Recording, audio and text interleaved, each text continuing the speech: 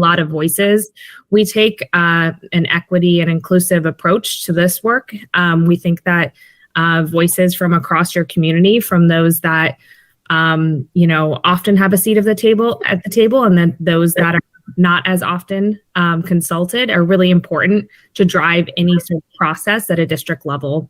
So we think that, plans should be driven by the voice, a lot of voices, and we take developed an equity and inclusive approach to this work. We think that voices from across your community, from those that we also think that this is often have a seat at the table, and then those really that are not as often consulted are really important to drive any sort of process at a district level. So we think that plans should be driven by the voice, a lot of voices, and we take an equity and inclusive approach to this work, and therefore we think that they're more bought in voices from across your community, from those that we also think that often have a seat at the table, and then those that are not. So in everyone's best interest to really center that community voice.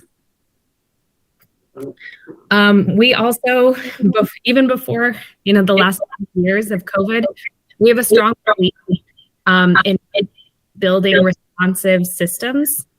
So when we think about being responsive, we think about ensuring that we can pivot, we can adapt, we can adjust. So for us, strategic planning is not to create a plan that's going to sit on a shelf and gather dust. It's something that's actionable, that can be adapted and adjusted, and can help you to confront and overcome challenges like a global pandemic, rather than be kind of acceptable if things change. And then also believe in just communication being a core value and a core driver of this work, that the feedback loops and consistent communication is really key and critical to this work. So when we think about our strategic planning work and any strategy work, we think about first what not to do. A lot of us, like myself, have experience working in school districts and school systems, and we know too often these plans look something like the examples you see on the screen.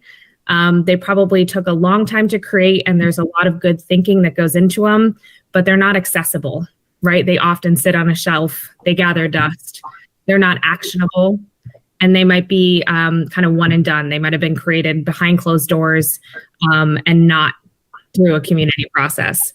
So we've designed our experience and our process to basically ensure that this doesn't happen, right? That would be an absolute failure to us if we ever were involved in a plan that did not feel like it was a living, breathing sort of part of a community and part of a school system.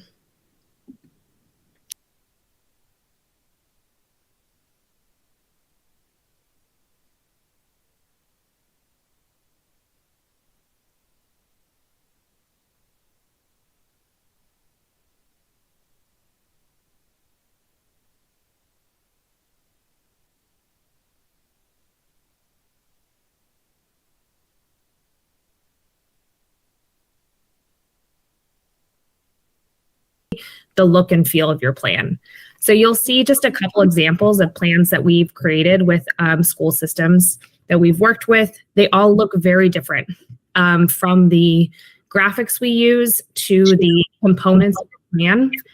It's all really driven by what really is going to help you as Eatonville provide that direction, that guidance, and to create that kind of rallying cry for your call for your district moving forward. So you can click into these. I'll also share this presentation. Sally, I can share it so you can send it out to the board too. But you'll see, just if I click into some examples here, this is a great example of a plan that includes a portrait of a graduate. And there's their values. And they actually called it a journey of a warrior. So sometimes it's a portrait of a graduate, like Washington State. Some districts to get creative with. So the journey of the warrior here is a core part of their strategic plan, because that's what was important to that community. So I know Portrait of a Graduate is something that you want to explore. And so that would be an opportunity here to articulate what are the knowledge, skills, dispositions, behaviors that are really important Oh, I just want to make sure I'm sharing the right tab here. Sorry. This is the journey of the warrior. I clicked into a plan. It didn't follow me there. Sorry about that. But the knowledge, skills, dispositions, behavior for your graduates to be successful. And what does that look like for a second grader as opposed to a sixth grader or a high school student in your system? So that's the type of conversations that we'll have, and the opportunity you'll have to kind of articulate that portrait of a graduate or here journey of a warrior for your district. So you'll see that they articulated pre-K 3, 4th to 7th, and 8th to 12th for those kind of core components of their graduate portrait. So let me get back here. Okay, it's following me now. So again, the plan is really reflective of the community in which it serves, which is a really important part of our work, is we want to make sure that that plan reflects you and your community. So the components of our process, again, they can look different depending on what you're looking for. But most often there's a mission, a vision, values, often a graduate portrait, priorities, goals, initiatives, and then all the way down to strategies. And often these take on different names, depending on what, again, is going to really fit for you and your community. So there's a lot of flexibility here in how these things look and how they feel. So I just include this to show sort of those kind of standard components that have also the flexibility built in. Just a little bit about our process. So that's a lot about our approach, some of our core beliefs, our foundational beliefs, some examples of some of the work that we've done with other districts. Our process is really 4 phases. And I know I'm short on time, so I'm going to go really quickly through these. The first phase is really a phase that we call plan and align, and that's ensuring that we are clear on goals. We have sort of our governance structures for our teams really solidified. So a steering team, a design team, we think about community engagement and how we're going to do that. So focus group, interviews, town halls, those are of interest. We have a survey we use that can also be adapted. That survey can go to alumni, families, students, staff, teachers, to really give them perspective. And so that's and then the action phase is really when we define what we call the strategic direction. So that's when we get clear, we have a steering team that we work with. So from the data that we gather from community, from all the different stakeholders involved, we then define that mission, vision, values, or beliefs, that portrait of a graduate. That'll all be sort of the North Star, as Sally mentioned, sort of the kind of umbrella of the strategic plan that we call the strategic direction. The next phase is when you really roll up your sleeves and get into the design. And this is when you're articulating all of the specifics and getting clear about what your priorities and focus areas are. You're getting clear about goals and metrics, how you're going to measure, and down to sort of the initiative level. And it's really important in this phase that we have teachers, we have administrators, we have those that will be implementing the strategic plan, that we really want to make sure that they are invested in the creation of it.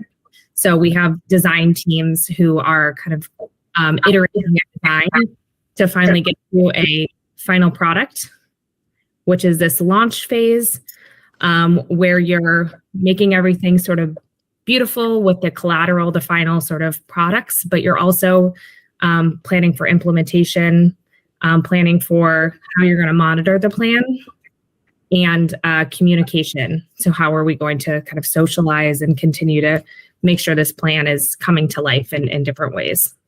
So those are the core 4, they're the key phases.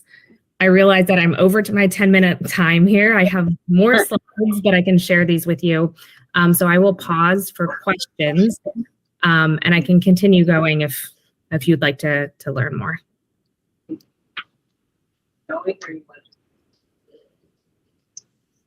How much more do you have for us? Well, each of those phases, I have a slide that kind of goes a little bit more into what it looks like for each phase. So again, I can leave this with you as well if you want to go deeper. I then just included more information about how we do community engagement, just because it is a little bit different. I think it's something we value and it's so critical. Yeah, we'd love to hear that. We'd love to hear your approach. Awesome. So again, I mentioned this, but we think the how of a planning process is just as important as sort of the final product. We really value the process as much as the product. And we found that districts that put that value into the process really have a better outcome and a better implementation because of it. And just more buy-in and investment. So we have authored 2 guides, the Connect and Include guide. And these are sort of guides that we have researched that we've put out into the universe about really how to do equitable community engagement. So it's something that's really core to our organization and the work we do. And I just included some different ways that we can do that. We use, research-based best practices.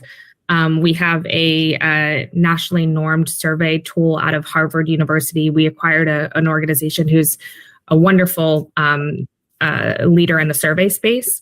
So we have, we can conduct focus groups and empathy interviews. We have qualitative researchers on our team who are really wonderful at this and can really ensure that the data that they're getting from your community members is valid. We help design the questions that we ask and whatnot in collaboration with you and your leadership team as well.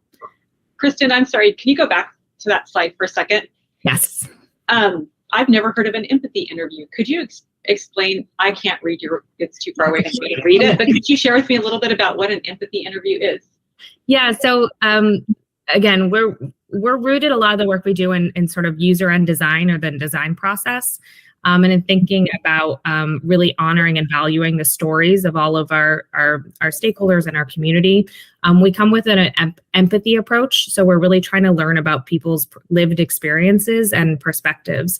So rather than just kind of an interview that's a little bit more traditional, like just, we have questions, we come in and the questions are just getting at sources of their pieces of information. We really ensure that we're coming in to understand and empathize with people's experiences and sort of the lived experience, the point of view that they bring. So it's a little twist on an interview that puts that equity lens on the way that we conduct one-on-ones with your community members.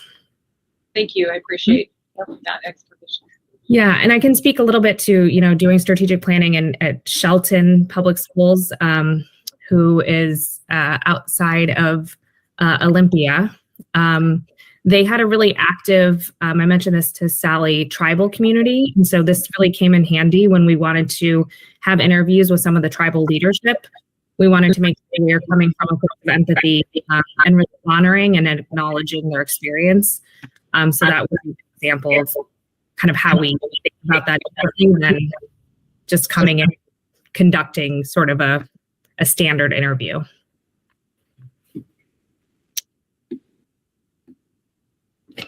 Town halls are something that we can do as well. We like to put a lot of thought and structure into them. We definitely want to be extremely intentional and conscientious about the design of something like a town hall. But we've had really a lot of success doing them virtually or in person. So that's definitely something we can do. And then, like I said, a survey. We find that surveying alumni is often a great source of information. Some of your recent alumni, particularly those who just have gone to college or have just graduated, are wonderful sources of information. So we like to, target not just current students and community members, but those that might have great insights that can help kind of shape and guide the work. Then there's a couple more, and these are, optional. We'd work with you to design what's going to work best for you. We worked recently with a leadership team who shadowed students as part of their planning process and their portrait of a graduate process so that they could actually sort of shadow what it's like to be a student and experience that from a student perspective, which was is always enlightening and is always kind of a fun exercise to reflect on. So that's an opportunity as well. We also can do more of a digital bulletin board using some digital tools, and that's a little more asynchronous. So that's just a little bit about our community engagement and sort of our approach there. Thank you very much. Yes, thank you. Appreciate your time. Yeah. Any additional questions? What does the timing look like typically? I know that you would, you make it work for our size district, but what would you estimate us, if we want to do the portrait of graduate and a strategic plan, how much time are we looking at? Yeah, so I would say typically it's about 6 months. We've done, process when I worked with Los Angeles Unified, it took longer than 6 months. We've done a strategic plan in about 4 months. I think 6 to kind of max 9 months, just to keep the momentum of the process is ideal. We can do it in 4 to 5 months if that timeline is verbal. It's just the front end and making sure we have those on-site visits and all the engagement work really laid out. And that brings to mind another question. You said on-site visits. Where are you guys headquartered? Where would you be coming from? Yep. So we're all over the place.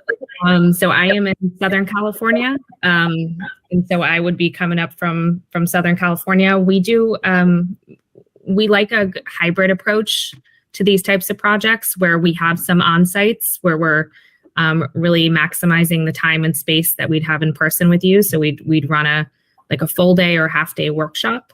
But then between those, we'd have virtual meetings and sort of virtual working sessions or strategy sessions as needed as well. So the team would be coming from mostly the West Coast, but kind of all over and would fly to you. Thank you very much. I appreciate Thank that. you. Yeah. Excellent presentation. Appreciate it a lot. Yeah, thank you so much for the time. I really appreciate your time. And I will share this presentation as well. There's more slides in there if you want to peruse, and any questions. I'm available by phone or email as well. Thank you. Thank you, Kristen. We appreciate your time. Thanks, Kristen.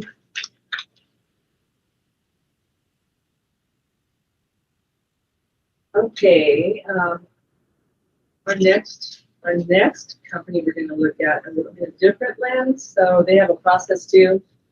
So, and I have attached a video in your packet for that, as well as there's a video from there.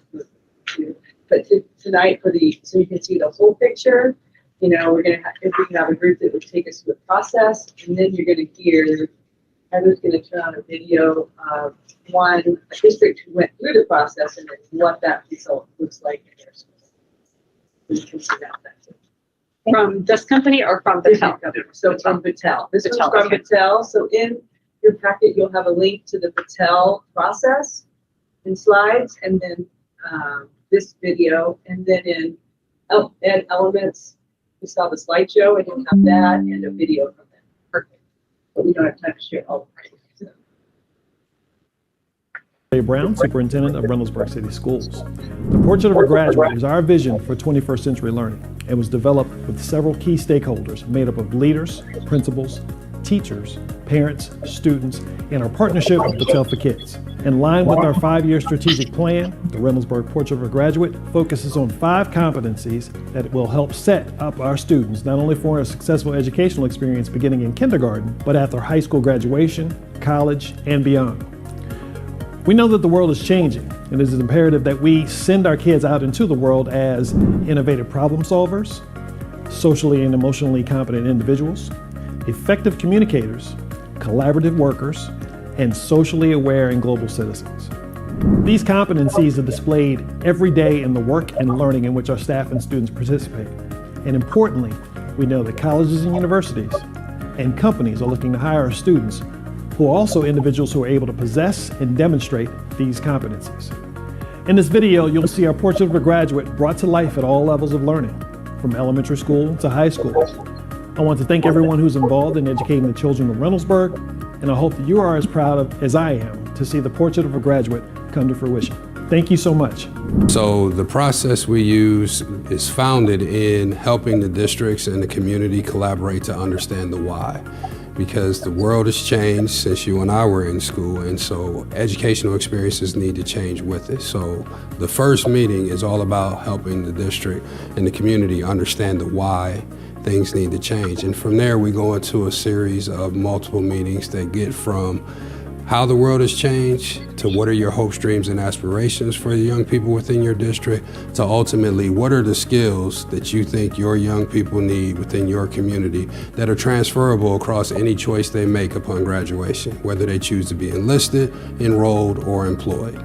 The big thing about the portrait is it's a collaborative effort between the community and the school district. Because if it was all community driven, the school district would see it as something being done to them. And if it was all school district driven, it'd be harder for the community to get behind it. And so through the collaboration of the community and the school district and some crowdsourcing tools that we use throughout the process, we get a lot of stakeholder input. I think that the elementary level here, the Portrait of Graduate, we focus mostly on making it more of the whole child, and it's more not focused on the academics, but how can we reach just the whole child.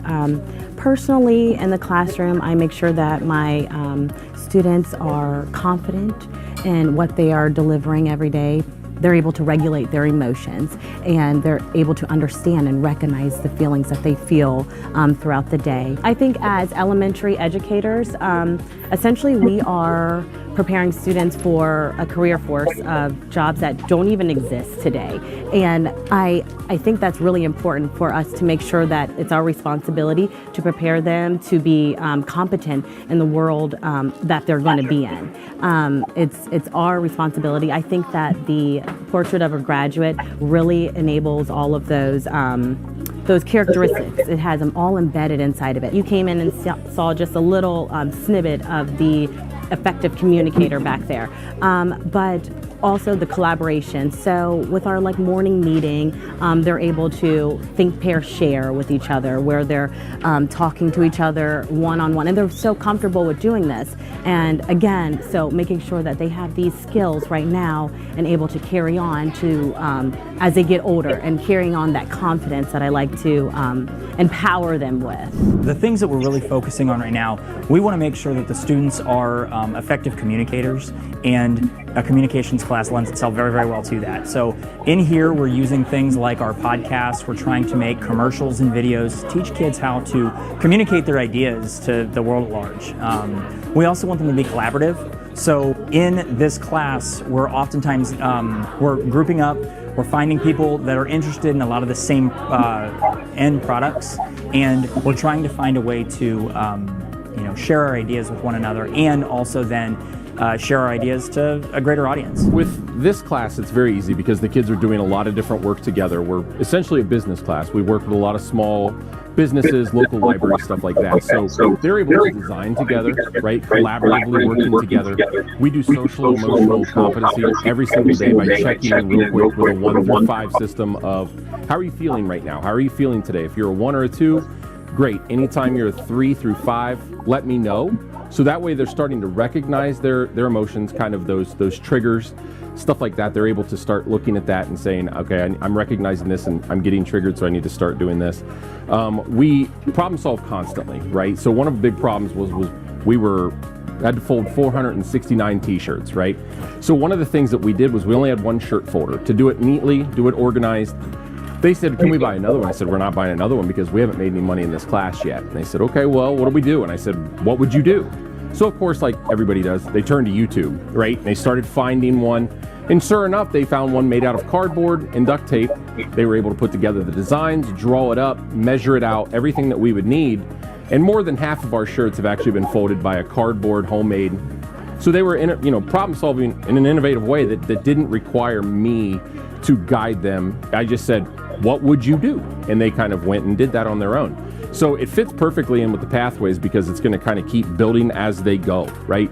when they leave here from 5th grade and they go to 6th grade, it's going to keep building on all of those different types of the pathways or the guidelines on the Portrait of a Grad, the competencies. So it works very well. To me, they're invaluable, right? I can't get enough value out of them because when I talk to people outside of the school, my old buddies from high school, my significant other, my family, they all are saying that the kids need these skills. They need to collaborate, problem solve, work with people they don't know, navigate an emotional world, and it's really helpful to have a way to measure those things because it gives the kids ownership on how to grow with specific ideas to get better in those areas.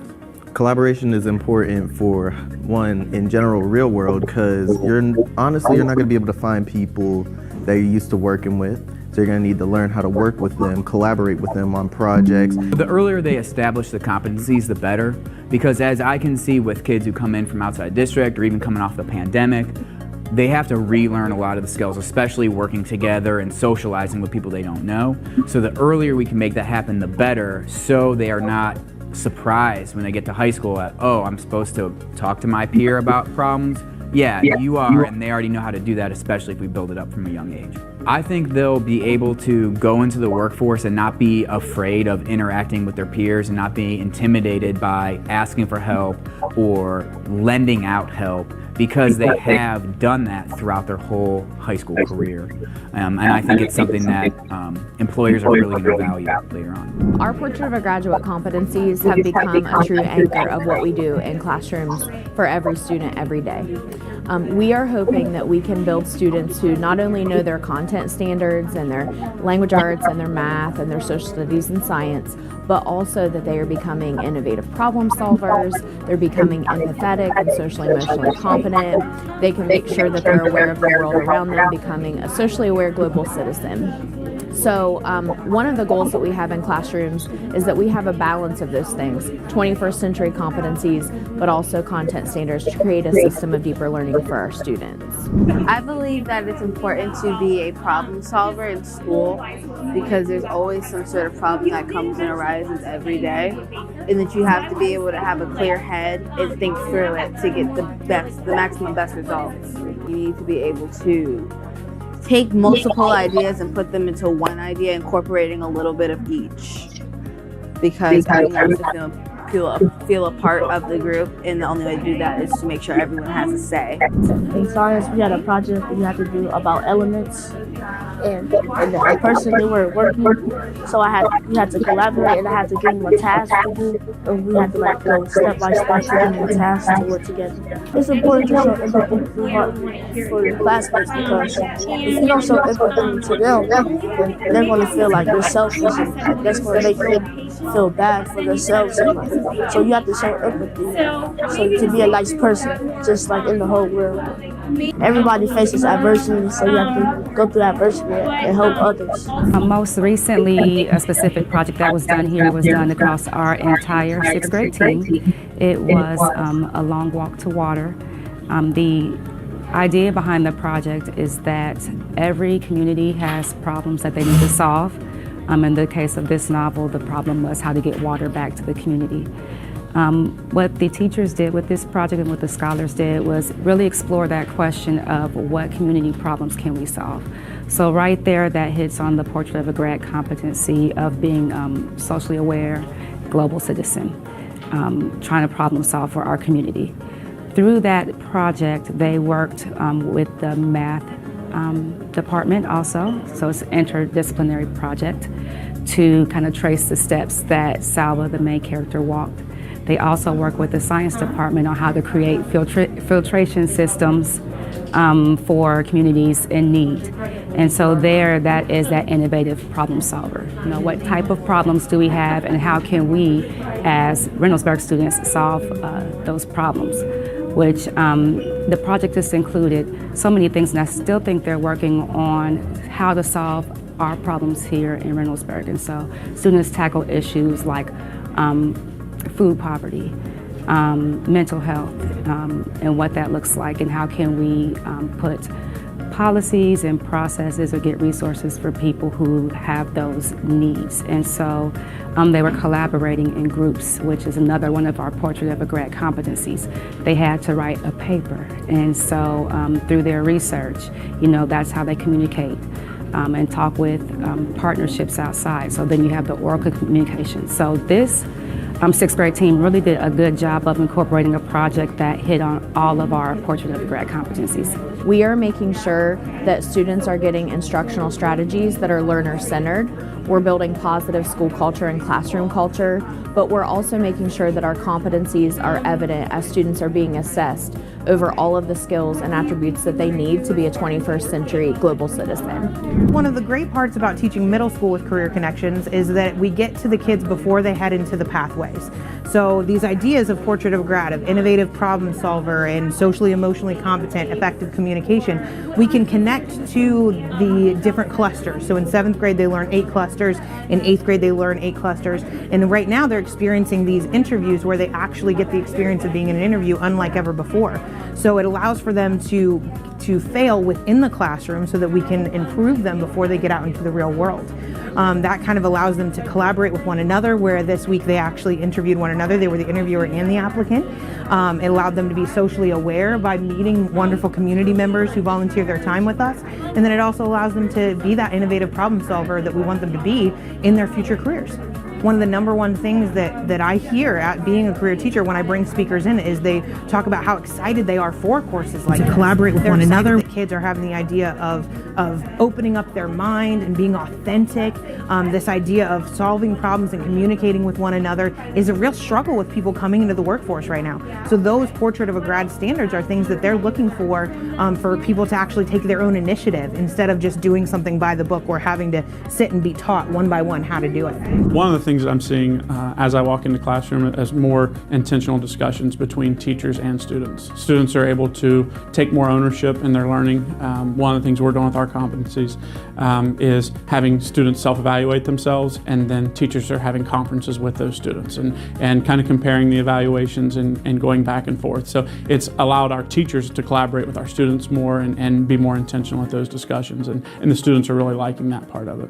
One of the things that we have done as a staff is be more intentional with our planning. So for every unit, for every weekly plan, we have a focus on a different competency. And one of the things that's allowed us to do, it's really made teaching more relevant for our students. At this age, at the junior high level, we get a lot of the whys. And why do I need to know this? So now every single lesson, every single unit has a tie to one of the competencies. And the students are able to see how this is going to be beneficial. Whether it be a math project that they don't think that they're going to use the math portion of it, there's always that competency, whether it be collaboration, communication, or problem solving. Now that why is already answered for them, and they can see the purpose of the lesson and understand why this is going to be beneficial for them down the road. The career component is actually probably at this level, at junior high, the most beneficial part of this, because obviously our high school have our career connections, and we're trying to get as many of those incorporated to our middle school. And this is the first year we have an 8th grade career connections teacher, and we're just trying to be intentional about focusing on careers and setting our students up for success. And we say it all the time. All educators talk about, caring not just about the facts and being able to regurgitate, facts or content specific things, but this really shows our students that we do care about their success going forward. So those focusing, again, repeating myself with collaboration, communication, the students are understanding these soft skills that we're teaching in the class are going to help them be successful no matter what. We talk about very few jobs anymore are you in a silo, and our students are understanding that these soft skills are going to allow them to be successful when they leave Reynoldsburg. So I think that's been extremely beneficial.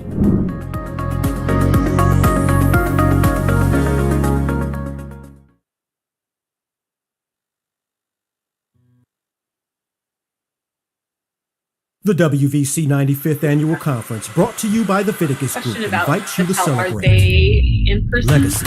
facilitators, or do they do a hybrid also? So both companies will work with you on what you want your plan to be, but yeah, they are in-person. Okay. We can design that. We can do that. Okay. And I really think those are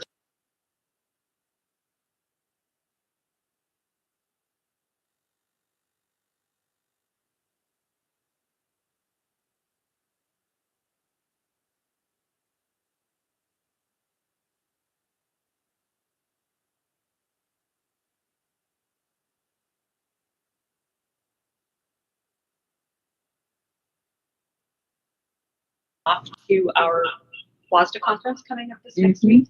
There will be a lot of opportunity for us to talk about this, and there may even be some opportunities for us to attend breakout sessions at strategic time. So gives us that. Good idea. Yeah, good planning. Thank you very, very much. Okay, we're on to enrollment report.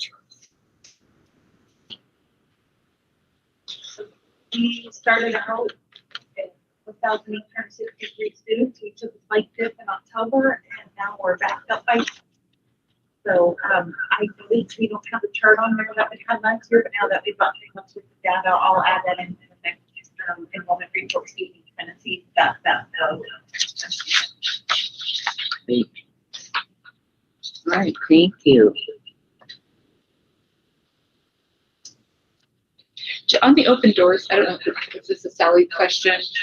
As those kids leave that program and graduate, do you bring those to us? It used to be something we celebrated every graduate that left the open doors, and it was really fun to see that. Do you know who? I know open doors are there. Okay. Yeah. It's just really fun to at least recognize, if they're not present, but to say, you know, we have a student that accomplished and did some really great work. And I think it was one of my favorite things to celebrate. Those kids who put in that extra effort. I agree. Do you know what the Open Doors program? I do not. Do you know what the Open? Nope. Would you guys like to explain, or you're not familiar? I am. Okay. Okay. Open doors for re-engagement. We have different options. Right, and so that's an online program. We work not just online, but in person and virtual. But, because they're usually behind on credit, it's a way to catch up. So the goal is to re-engage them so that they can hit the target of graduating. And there's lots of support, tutoring, individual support for child. So our building staff are trying to catch them early, or if they catch them in their sophomore year, then they enter that program.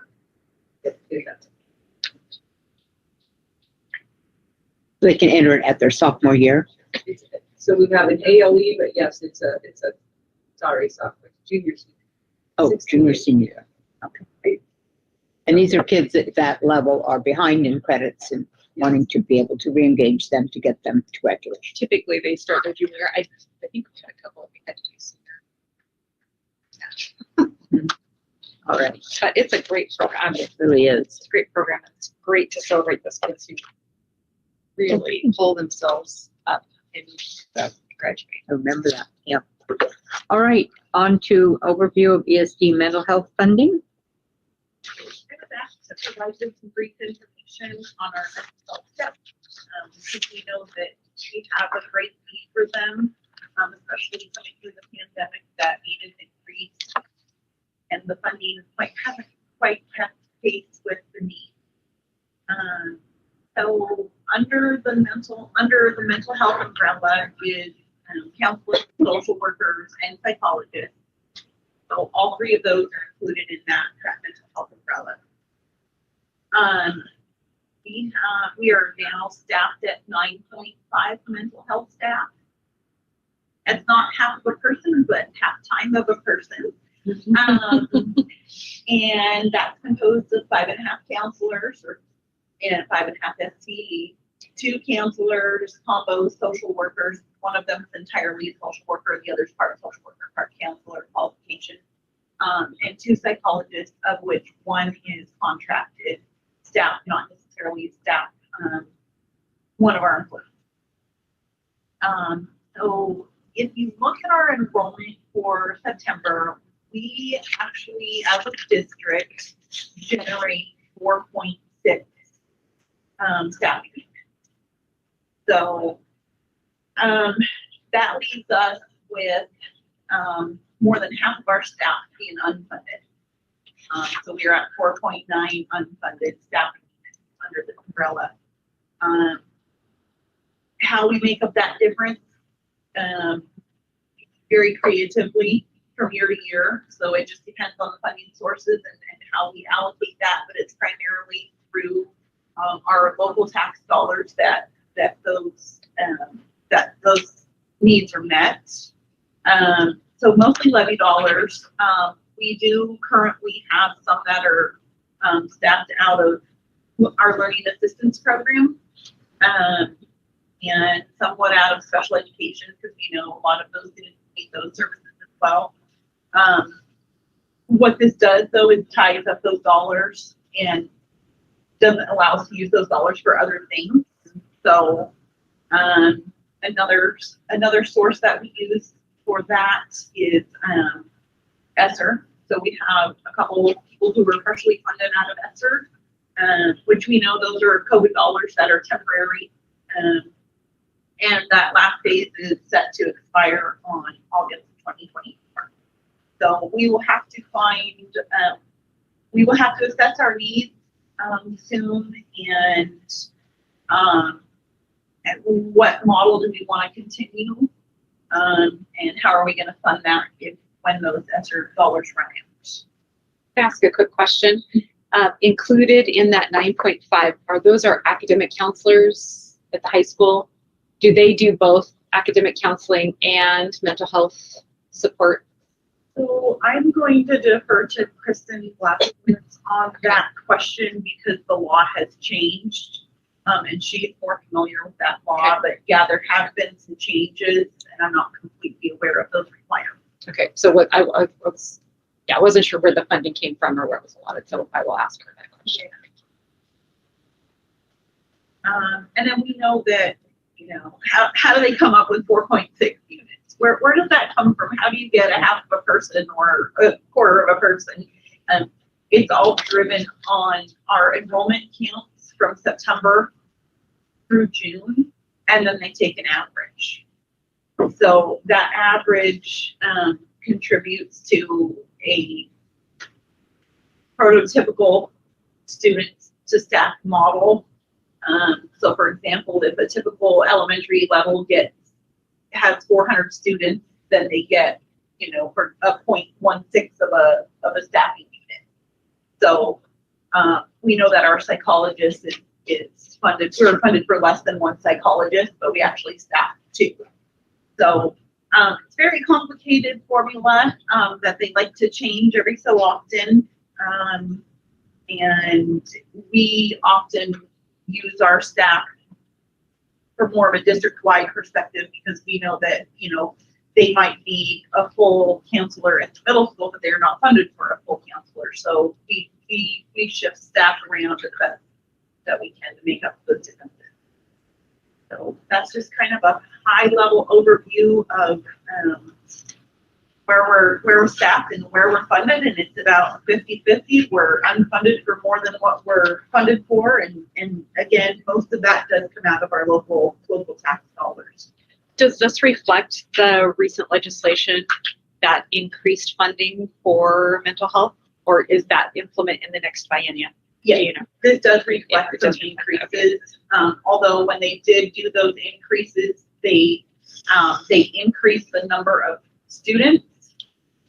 So the threshold was higher, yeah. So really, it only worked for the big schools. It raised it, and then it also lowered it at the same time. So you ended up a little bit ahead.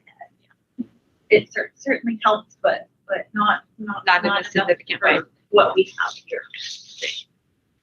Thank you, Krista. I appreciate it. Thank you. That's a great, appreciate a lot. Okay, Sally, an overview of facility use. Okay, I'm just going to share some information about where you can find the facility use center website, which has to be access the school district website. Go into the board of directors tab, and on the top page is an option to choose policies.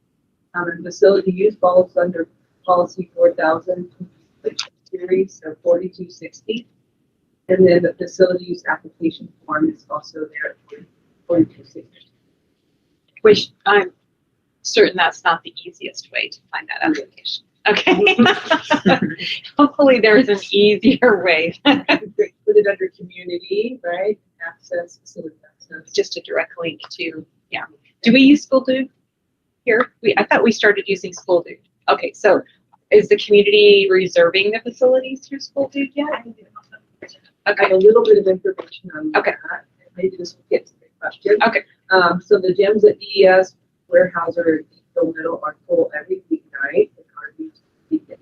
So high school gym is not used mainly because it's being used by the high school. So much of the scheduling is high school priority. Also, most teams requesting the use of grade school aid.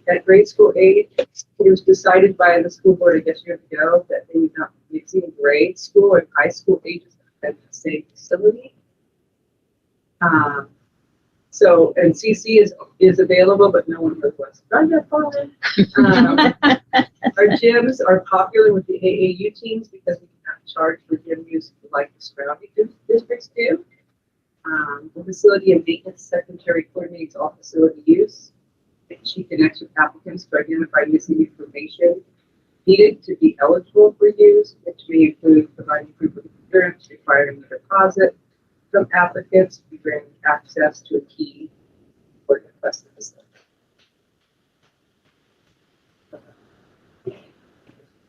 That's what this is.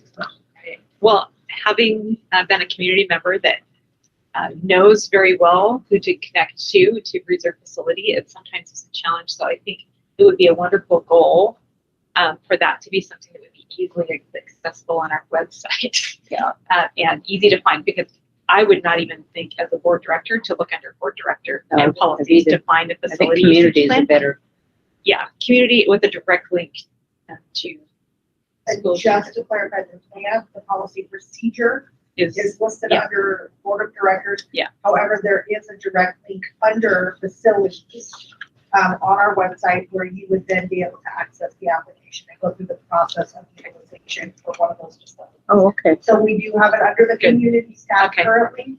But to access policy procedure to ensure you're doing this properly, you find those under the board of directors tab. Just provide them Got it. detailed information. So Bethel School District have also reserved their facilities, and they do use School Dude, and it is super easy to schedule, and you can see what's available. And so I believe it's just probably an add-on that we can't afford, or maybe we don't have enough facilities to worry about. But as a community member, so easy to go on and see if the dates are available. It's easy to apply online, get everything done, and it's been.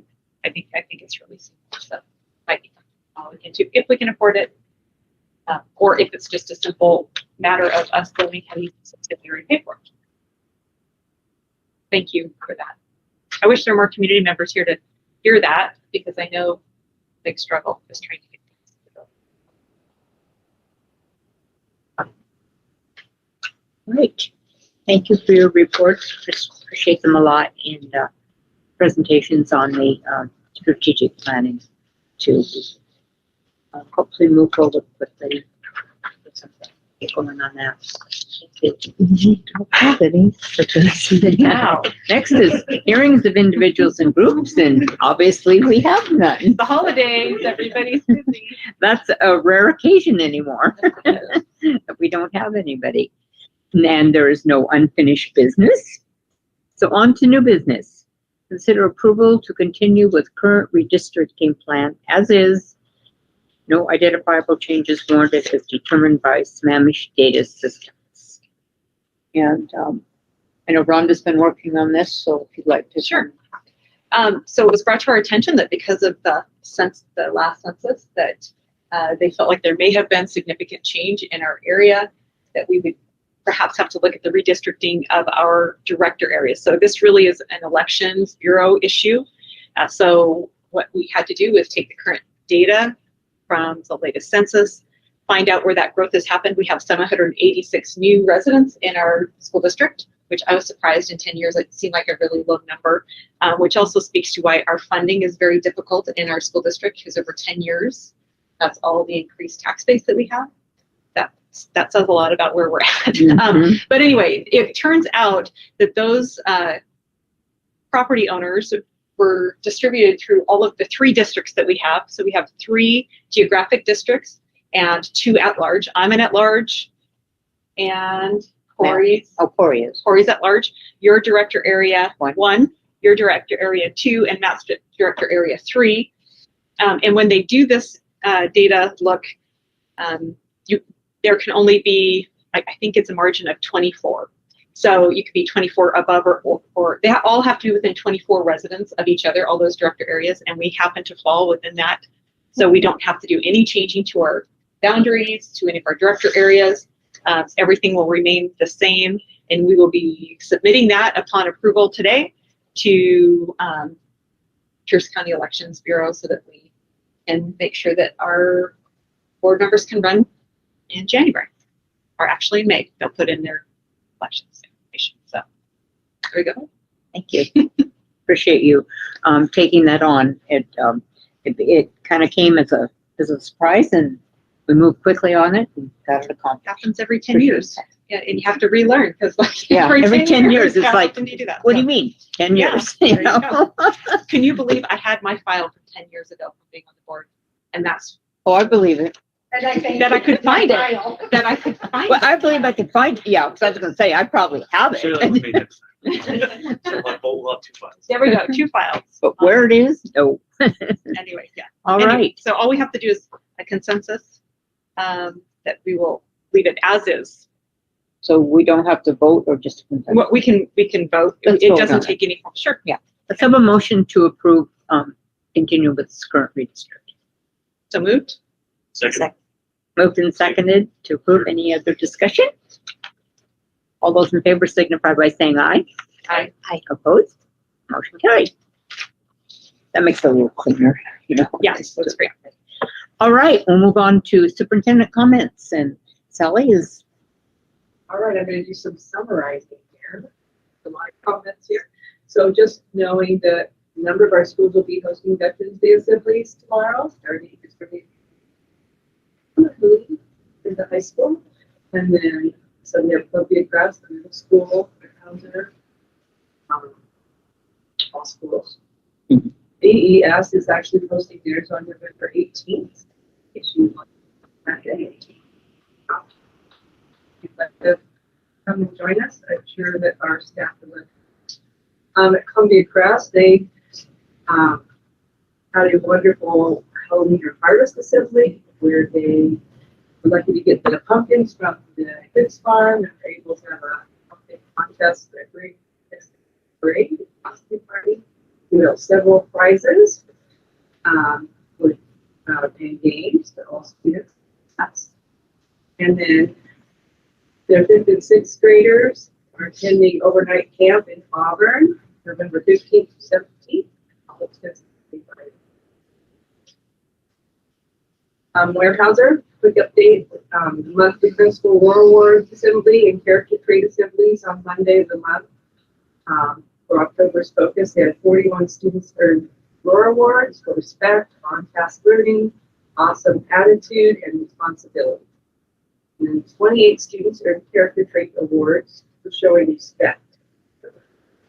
They also are giving an update about the getting academic intervention groups are underway. The addition of new Title I lab paras. We're trying to see the staff additions so they can provide us still in now. Eatonville Elementary, they are Mr. Hunter will be coordinating the Veterans Day Assembly on the 18th, and they will have several guests that serve in the military. They're planning to attend. They're also continuing work around UDL training during our second week of POC. They're going to begin with reviewing previous UDL learning for our newly hired staff members that they've started on. They're working on getting ready for their winter performance. Jason Hudson will be leading the Nutcracker for 3rd and 5th grade students, which will be Monday, December 12th at Eatonville High School. And the 3rd graders will perform at 6 p.m. and 5th graders at 7 p.m.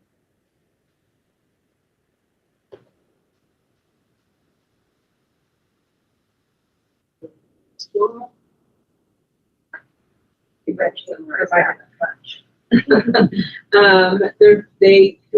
They were excited to have their first concert of the year on November 3rd with an evening performance of 7th to 8th graders. Band. They had great turnout, their family and friends. Mrs. Danielson, students were extraordinary. Their ability to follow directions and put together a fantastic show. It's worth noting that these band students put all of themselves into their performance. Help with planning that. The next concert will be December 14th, and we'd like to invite everyone who is to attend. And included in that will be the sixth graders for the winter concert. Expected to be a grand event. Dessert and lunch, and for the after party. A little update on athletics. Eatonville Middle School wrapped up fall athletics with 117 participants in cross country football, fast pitch softball. They did very well in the fall with cross country runners, consistently placing first in their meets. Football and fast pitch teams were feared by other schools. Warrior Athletics also supported the middle school online academy and coffee prep. All sports are nested under the high school and will continue to be supported by the school athletics for years to come. They had a strong base of athletic learning, athletes who had tri-learning. The next season will be girls basketball and wrestling with some of the strongest numbers of registration. So the Eatonville will host, Eatonville Middle School will host the wrestling tournament.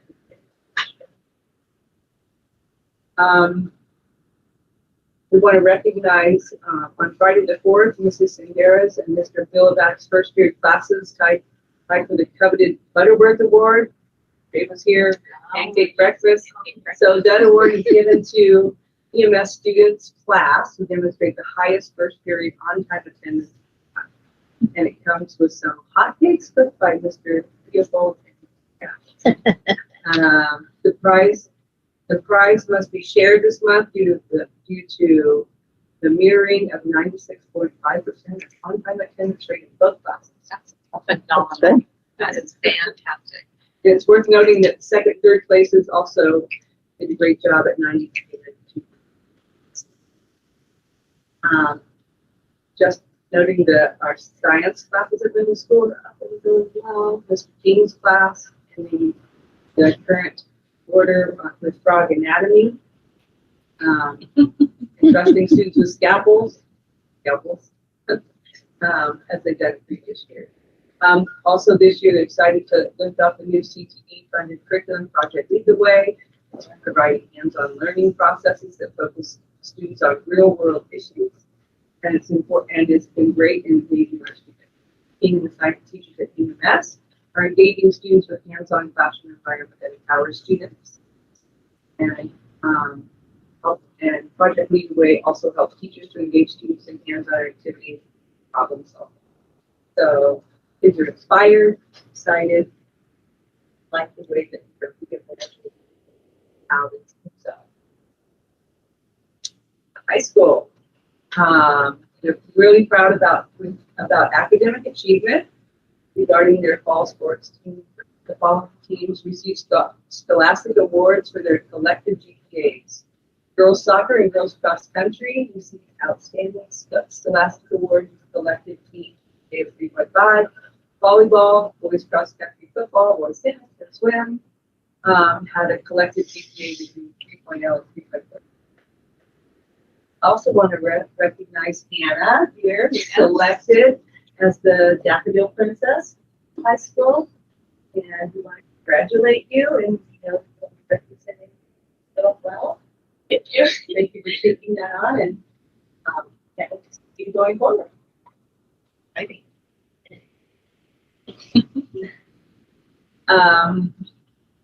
We're getting ready at Eatonville High School, and I believe our other schools too, to administer student surveys, school-wide student surveys, better understand the needs and interests of their students, and to help them focus. That would be a part of that there.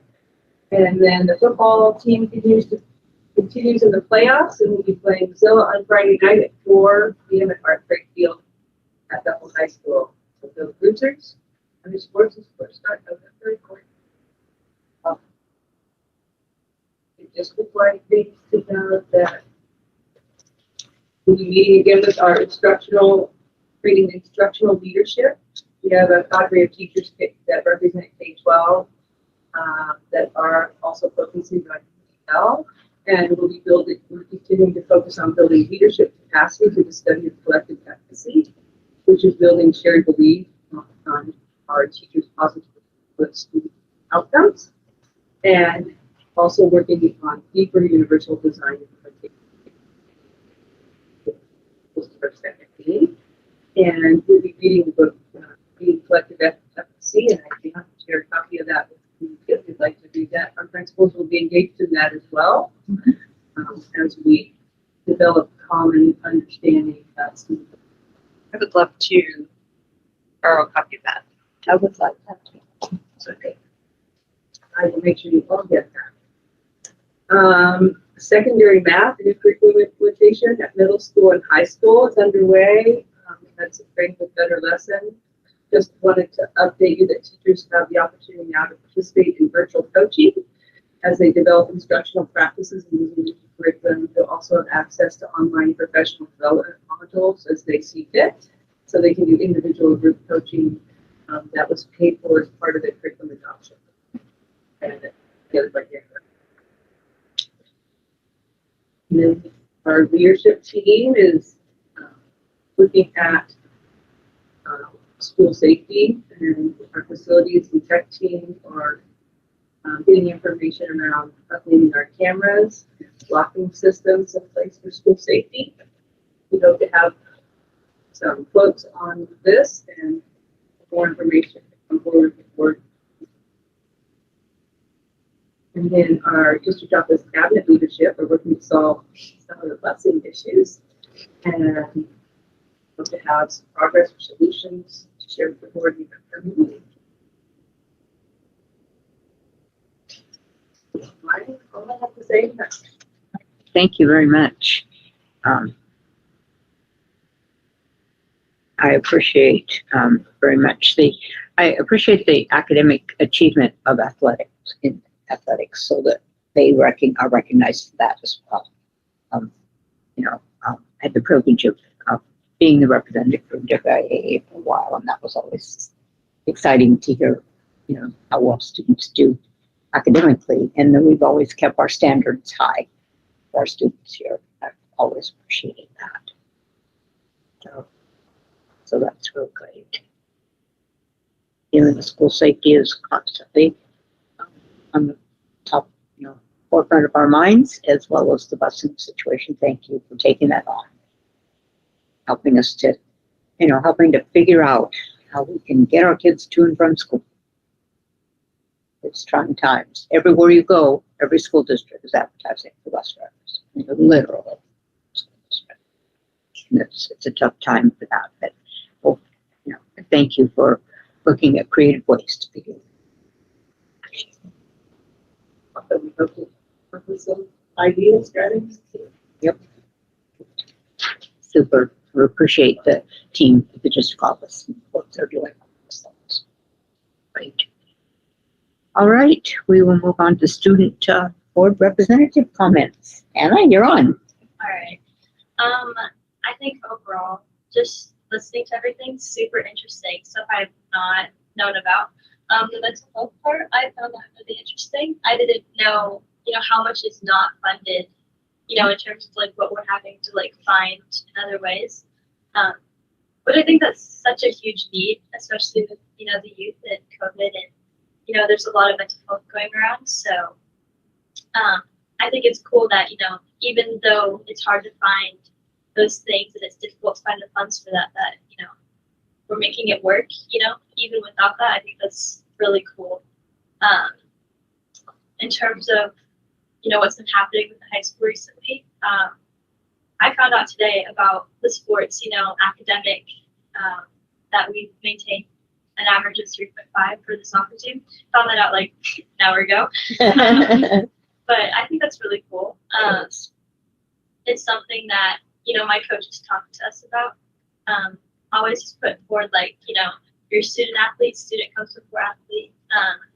It's something that is, that we should be taking into consideration, that it always comes before, no matter, how big of a priority sports are for people. So I think that's super cool that that's where we're at right now.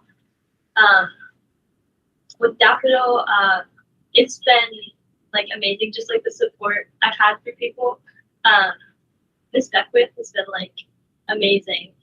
She's put in so much time, and the fact that she's not getting paid to do that, she's just giving her own time, and just like seeing all the people that came out to support made me really thankful for just the school, like all the people I have around me, and teachers, people that just, even kids who didn't even know what Daffodil was, volunteered, I think, from the leadership last year, or the eighth year.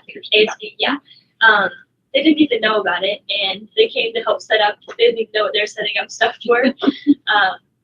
But yeah, I just really appreciate everybody that's helped out with this. Yeah. Great. Thank you, Hannah. Yeah. We'll move on to board comments. Actually, I'm good. Good. Corey?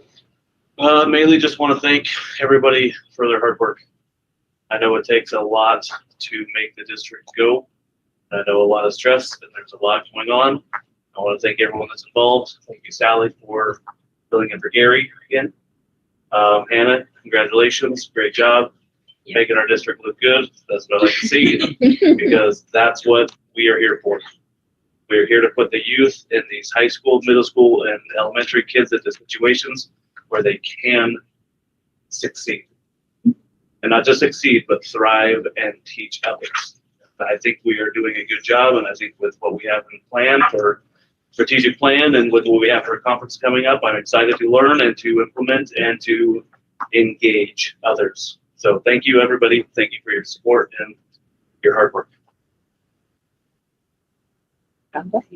Yes, I want to recognize our football team for being in the playoffs, which is fantastic. I also want to recognize that we are not playing on our own field, and that is something that as a community we need to remember. We have these fantastic student athletes that work really hard, and we need to be creative around finding opportunities to provide a field that is safe for those type of games. So we will keep on that. Okay, we need student support around that. And with that in mind, met with Amy Kruger today, who is a Pierce County executive. We've talked with Senator McCune. Matt Marshall has talked to Andrew Barkus, and in the past I've talked to JT Wilcox, and we will be looking for legislative support in some way around a facility. So it might require some last minute really hard work on behalf of our board and our admin team, but we're going to see what we can do. But also just keeping that at the forefront of our mind that our kids are doing great work, and I know our community supports our students, so appreciate that. I would really like to see our faith leaders group come back, and I would be happy to lead that charge if you need support in any way, shape, or form. I think they're a valued voice, and if we want to move forward in strategic planning, I think they're an important stakeholder group, but if we haven't met with them in a while, it might be hard to gather them together, so it might be something we want to look at, brushing off that list and sending out those invites. Hannah, good job as the next step. I don't know if you've noticed, Paula and I have been here for a while, but a lot of students who sit in that seat are also Daffodil Princess. Yes, they are. There is something very unique about leadership qualities, and we appreciate your willingness to give to the community. And I want to recognize that Daffodil, without our community, we could not have a Daffodil Princess. So I want to thank all of the members of our community that help pay for the float, but also do the tremendous amount of work to provide a float, because without a float, we do not have a Daffodil Princess. So thank you. And I know that you helped with the Daffodil float last year too, and Sarah Cole, and it's always a lot of fun, but it does take a lot of extra hands. And so thank you to our community members for stepping forward to lead. Thank you to all of you who are doing hard work and good stuff for kids. We appreciate it. All right. Well, I echo what everyone else has said, and I also would like to congratulate you, Hannah. I don't know if you know, but both Rhonda and I have had princesses in our families. That's awesome. And I had the privilege of being Daffodil Queen Mother for 3 years. Wow. So it was something near and dear to my heart, and Sorry, I missed the coronation. I wasn't aware of the date. I missed that. Yeah, we didn't get it in. It wasn't really, posted because she said she didn't want it was in the library here because it was so small, okay. and so she didn't know. We'll be for the next one she wins. We'll do Yeah, that. that's right. You let us Maybe know. something like that could go out to the board, though. Yeah, That would be good for future. Yeah, but we need to know in April or whenever it is, March, when you have the Yes. big, I can let you guys big know. party, Yes. the really stressful time. Oh yeah. All right. Anyway, it's a wonderful event, and all of the ladies who are princesses are all leaders in their own ways, and they all work really hard, and it takes a lot of extra time. And I know between that and athletics school that you will be a very busy lady. And so we will help you and support you in any way we can. So, I believe very strongly. There'll be times when you can't be here because you need to be there. Yes, And that's okay. That's okay. That's perfectly all right. So, all right. Any other comments? Okay, having none, we will now adjourn to an executive session. We will be in that session approximately 1 hour, and with no action being taken afterwards. That is where we stand. We'll adjourn this portion of the meeting. So do you want us to stay here? Do you want us to go down to the boardroom? What does it look like for custodians and locking up, etc.? Now that I know how to lock up, you're okay if you'd like to stay here, but if you'd like to go down to the boardroom, that is. Well, if we went to the boardroom, you could go home. I will just put the